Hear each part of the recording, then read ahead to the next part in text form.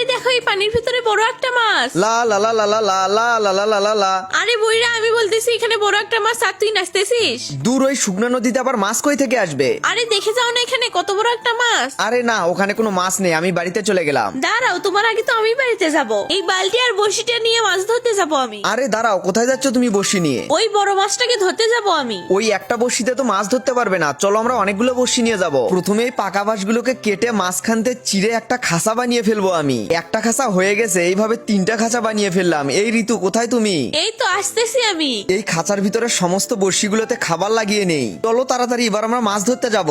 এই তো আমার খাঁচাটাকে পানির মাঝখানে ফেলে বাঁশের সাথে বেঁধে রাখি। আমি আমার খাঁচাটা একবারে নদীর মাঝখানে ফেলবো। ওই দেখো আমার বড়শিতে মনে হয় মাছ ধরেছে। বোতলটা কিভাবে নড়তেছে। চলো চলো, এটাকে এবারে নদীর উপরে টেনে তুলি। আরে ভাই এই বড়শিতে তো অনেকগুলো মাছ ধরেছে। বন্ধুরা তোমরা ভিডিওতে লাইক করে চ্যানেলটি সাবস্ক্রাইব করে দাও আর কমেন্ট করে বলো কার কার মাছ ধরতে ভালো লাগে।